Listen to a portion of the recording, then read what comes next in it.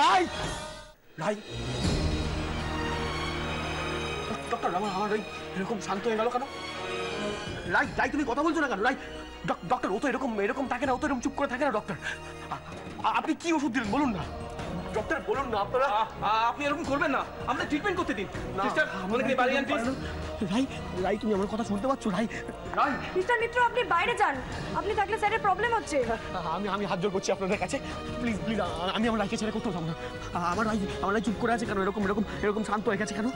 আপনারা বলুন না। আচ্ছা ডক্টর, ও আমার রাই ভালো হয়ে যাবে তো? আমার রাই সুস্থ হয়ে যাবে তো? আমি আমার রাইকে ছেড়ে বাঁচতে পারবো না।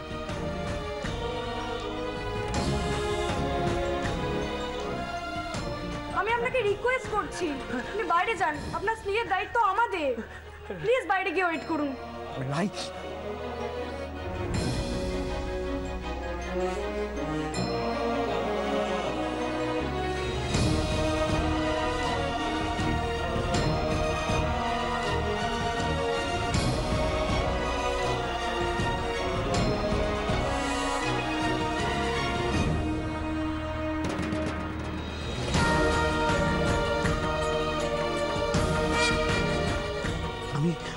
আমি কি করবো এখন?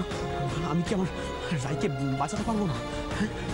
আমার আমার কারো একটা হেল্প নিতে হবে, কারো একটা হেল্প নেওয়া দরকার। আমি কাকে ফোন করবো? আমি কাকে কাকে কাকে আমি কি করবো? আমি কিছু কোথায় কোথায় পাবো এখন? কোথায় পাবো এখন বাড়ির লোকের খোঁজ? কোথায়? রাই, হ্যাঁ সায়নদা, হ্যাঁ সায়নদাকে বরং একটা ফোন করি।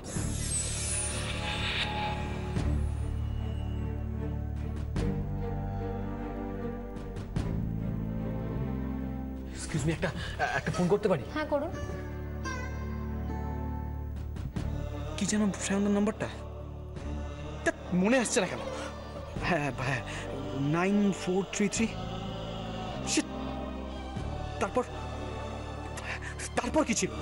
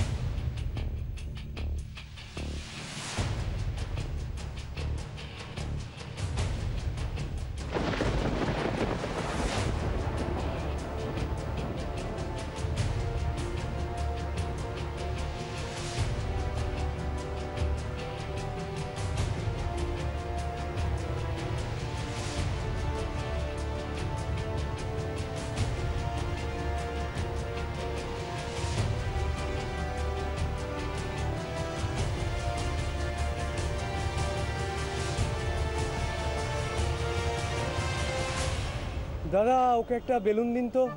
কোনটা নেবে দেখো? হ্যাঁ দিন, এই নাও। তুমি আইসক্রিম খাবে? হ্যাঁ, মা কিন্তু খুব বকবে। তোমার না জ্বর হয়েছিল? আচ্ছা ঠিক আছে, এখন তো ঠিক হয়ে গেছো, চলো তোমাকে আইসক্রিম কিনে দিচ্ছি। চলো।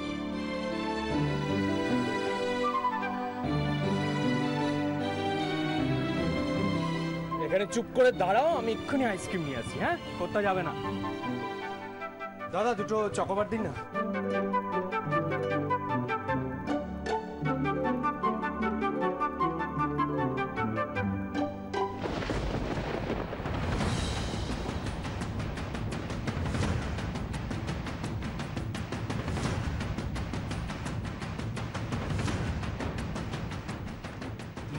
মামনি,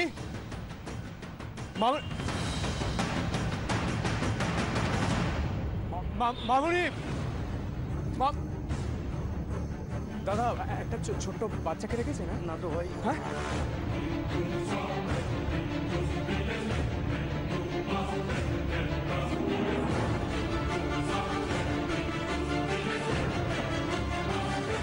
মামনি,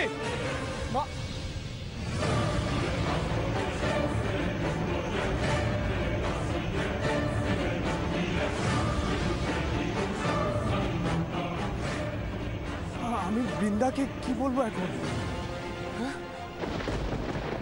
আমি কিচ্ছু শুনতে চাই না অর্ক। কেন শুনতে চাস না? যেটা সত্যি সেটার মুখোমুখি হতে ভয় পাস তুই, তাই তো? ভয়? কিসের ভয়? আমি তো কোনো অন্যায় করিনি। হো, তার মানে তুই মনে করিস এই বাড়ির সবাইকে বাড়ি থেকে বের করে দিয়ে যেটা করেছিস সেটা কোনো অন্যায় করিসনি তুই? Absolutely not. আমি যা করেছি একদম ঠিক করেছি।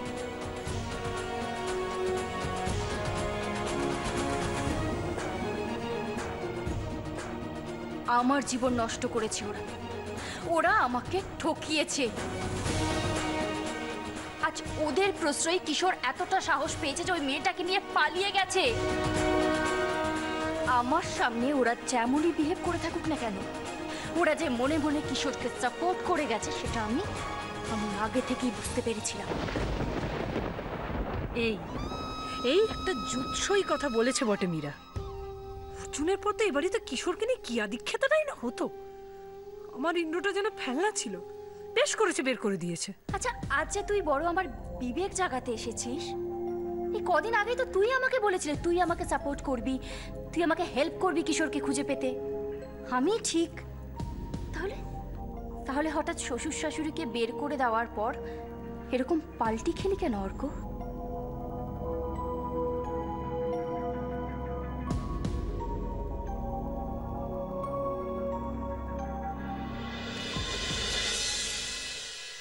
মীরা, আমি তোর ভালো চাই বলেই তোর ভুলটা আজ তোর চোখে আঙুল দিয়ে দেখাতে এসেছিলাম। মীরা, কিশোর তোকে বিয়ে করেছিল এ বাড়ির লোকের জন্যই। ওদের ইচ্ছাতে কিশোর তোকে এই বাড়িতে বউ করে এনেছিল। আর একটু ভেবে দেখ কি সিচুয়েশনে তোর সম্মান রক্ষার জন্য কিশোর এই বিয়েটা করতে বাধ্য হয়েছিল। আজ তোর দোষী তুই কিশোরকে হারিয়েছিস। যে মানুষগুলো তোকে অন্ধের মতো দিনের পর দিন ভালোবেসে গেল, কিশোরের প্রতি প্রতিশোধ নেওয়ার জন্য তাদেরকে রাস্তায় বের করে দিতে তুই একবারও ভাবলি না মীরা? একবারও ভাবলি না? মীরা, ভালোবেসে যা পাওয়া যায় না, ঘৃণা দিয়ে তাকে আরো দূরে ঠেলে দেওয়া ছাড়া আর কিচ্ছু হয় না। মীরা, তুই নিজের কাছের মানুষগুলোকে কাছে টেনে নে প্লিজ। মীরা, দেখবি অনেক ভালো থাকবি তুই। এভাবে জোর করে নিজেকে একা করে দেবার মানেটা কি? ভালো লাগছে তোর? এই বিরাট বাড়িতে একা থাকতে ভালো লাগছে? এনজয় করছিস তুই?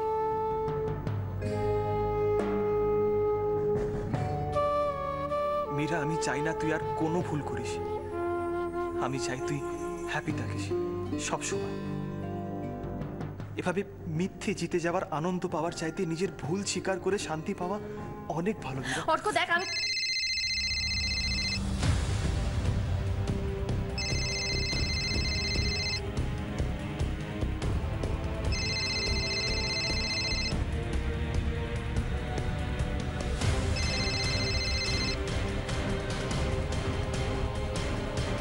বলছি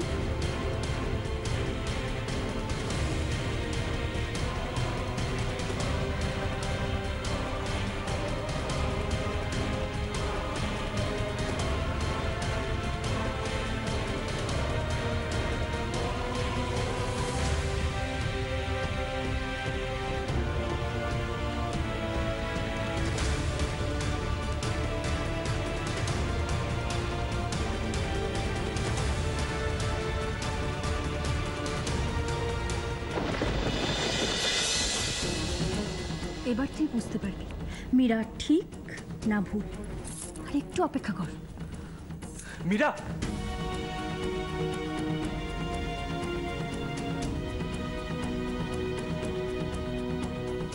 এত ব্যস্ত হয়ে কোথায় যাচ্ছে মীরা?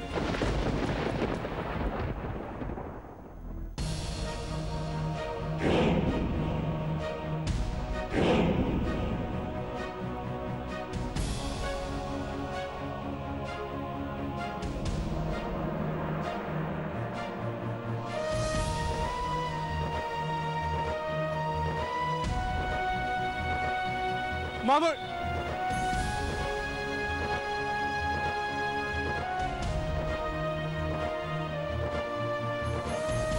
মামুনি,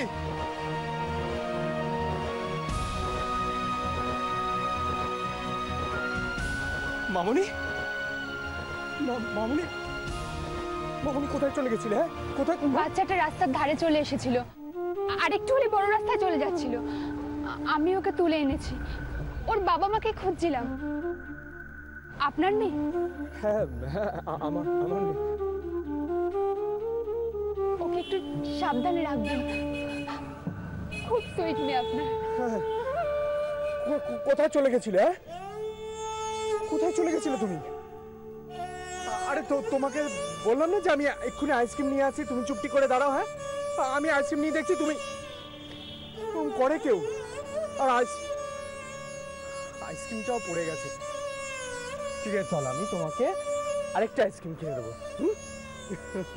আর কখনো এরকম করবে না। আপনাকে অসংখ্য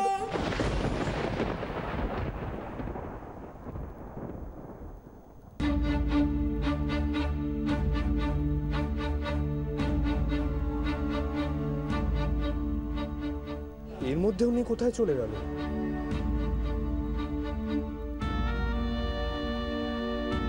মামনিকে ফিরে পাওয়ার আনন্দে আমি তখন খেয়াল করলাম না, গলাটা চেনা চেনা ছিল মনে হলো। আসমার গলা না? একটু আগে ওই কি ফলো করছিল আমাদের? আমার বারবার মনে হচ্ছিল কেউ যেন আড়াল থেকে নজর রাখছে আমাদের উপর, কিন্তু ও এইভাবে আমাদের ফলো করছে কেন? তাহলে কি ও মুমতাজকে ফেরত নিয়ে যাওয়ার চেষ্টা করছে?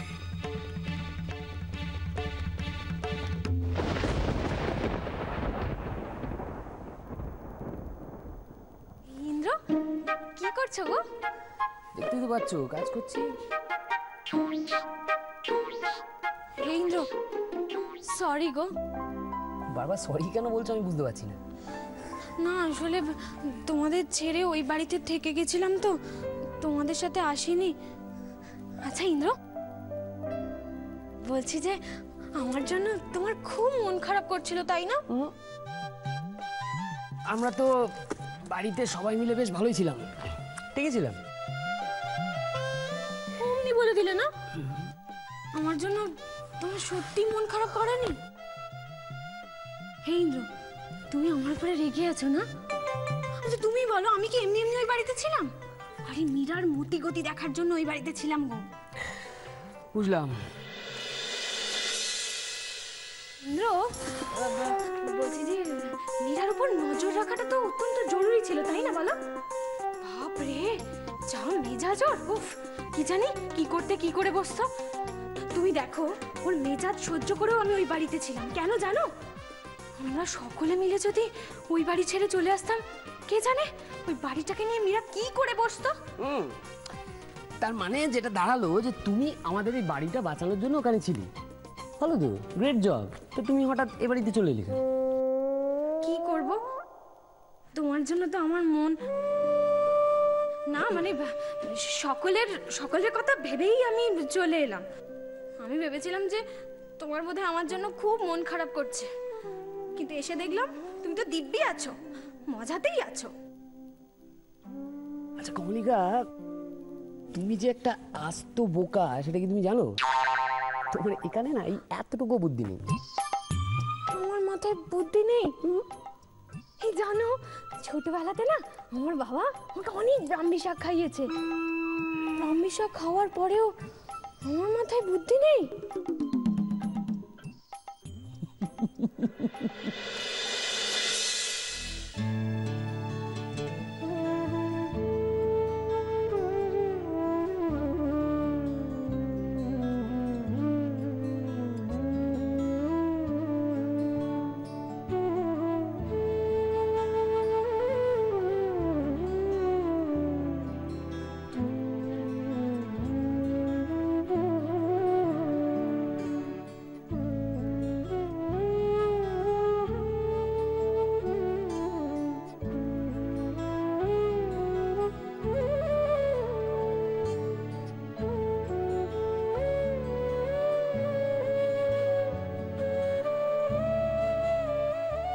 যেমন ঝড়ের মতো আইছিল তেমন ঝড়ের মতোই সইলা গেল।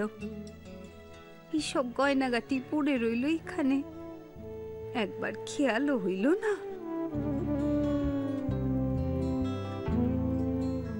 আমার কেন বারে বারে মনে হইতাছে এবারে ওর যাওয়াটা যেন কেমন তর তাড়াহুড়ো কইরা যেন পালিয়ে গেল। কিন্তু এখানে ওরা পালাবে কার থিকা? কি বিপদ হইতে পারে এখানে?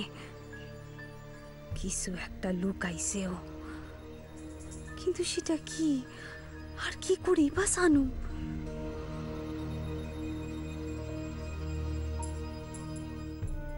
কাকিমা, ওমা তুলি, আয় মা আয়, ভেতরে আয়, আয় আয় আয়। বলছি কুসুম কি সত্যি সত্যি চলে গেছে? ওমা তুই কি করে জানলি? ওই মিঠুর মুখে শুনলাম ও নাকি তাড়াহুড়ো করে চলে গেছে। আমি তো ভাবলাম মজা করছে, তাই দেখতে এলাম। যাওয়ার আগে একবারও দেখা হলো না। বড্ড তাড়াহুড়া কইরা গেছে, আসলে জামাইয়ের কি একখান কাজ পইরা গেছিল, তাই গেল গিয়া। ওমা, এগুলো কুসুমের গয়না না? কুসুমের গয়না। দেখ না মেয়েটার কি ভুল আমন, তাড়াহুড়ো কইরা সব ফাইলা রাইখা গেছে। ওমা, ভুল হবে কেন? ও তো আমাকে বলেই ছিল কি এই গয়নাগুলো ও মিঠুর জন্য রেখে যাবে।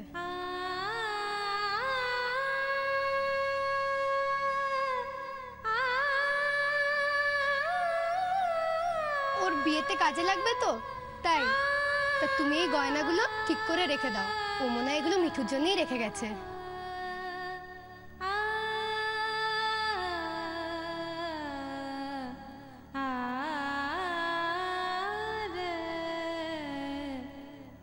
না,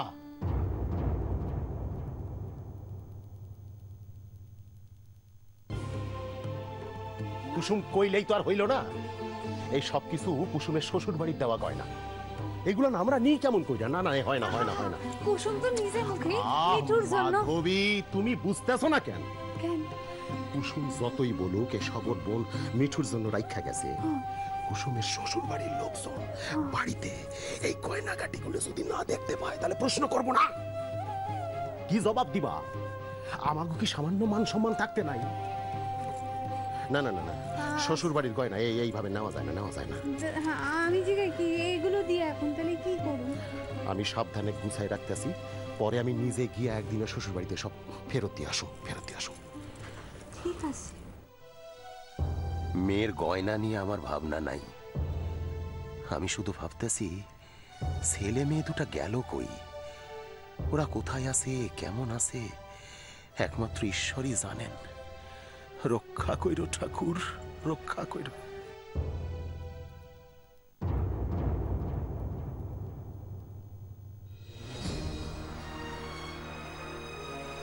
ও যে আমারই মতো মা হবে। উনি মা হবেন?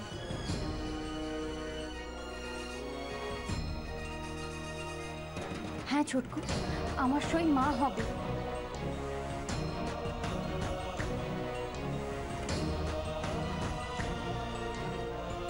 ও তো প্রেগনেন্ট।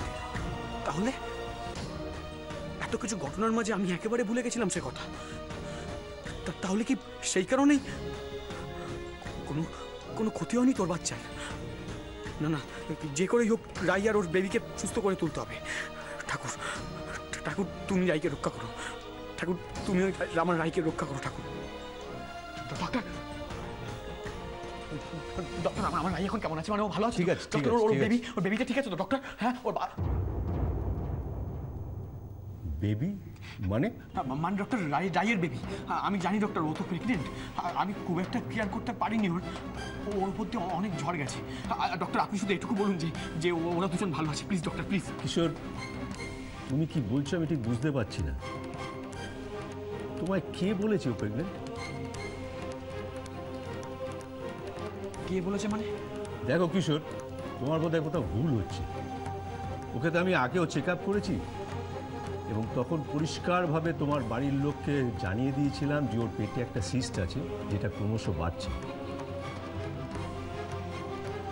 এবং সেটার ইমিডিয়েট ট্রিটমেন্ট দরকার। এটা একটা ক্রিটিক্যাল কেস। কিন্তু এই সমস্ত জানা সত্ত্বেও তোমরা আমার সঙ্গে যোগাযোগ করোনি। আর পরে এখন তো দেখছি বাড়াবাড়ি অবস্থায় নিয়ে এসছো। সব জানা সত্ত্বেও তোমরা এতটা কেয়ারলেস হতে পারলে কি করে? কি বলছেন ডক্টর? বিশ্বাস করুন আমি কিছু জানি না। আমি জানলে তো অন্তত। দেখো কিশোর, তুমি কি জানো না জানো সেটা নিয়ে আমি এই মুহূর্তে ডিসকাস করতে চাই না। আমি তো মীরাকে আগেই পরিষ্কারভাবে জানিয়ে দিয়েছিলাম যে ওর ইউটেরাসে সিস্ট আছে এবং ওর ইমিডিয়েট অপারেশন করানো দরকার, না হলে ওর লাইফ রিস্ক হতে পারে। সব স্পষ্টভাবে জানা সত্ত্বেও মীরা পুরো ব্যাপারটা চেপে গেল কেন?